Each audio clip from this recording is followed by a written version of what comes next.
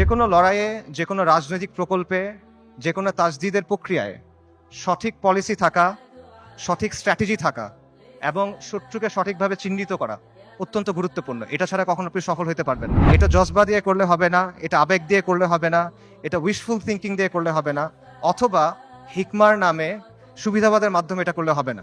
কালকে যদি বনি ইসরায়েল মসজিদ আল আকসা ধ্বংস করে দেয়, কালকে যদি তারা ওখানে থার্ড টেম্পল বানানো শুরু করে, তাদের তৃতীয় মন্দির বানানো শুরু করে, কে কি করবে বলেন? গাজায় একটা হসপিটাল আছে খান ইউনুস, খান ইউনুসে একটা অ্যাম্বুলেন্স আসছে, অ্যাম্বুলেন্স থেকে একটা বাচ্চা নামছে, 10-11 বছর বয়স, ওর কাছে একটা ব্যাকপ্যাক, ওখান থেকে রক্ত পড়তেছে।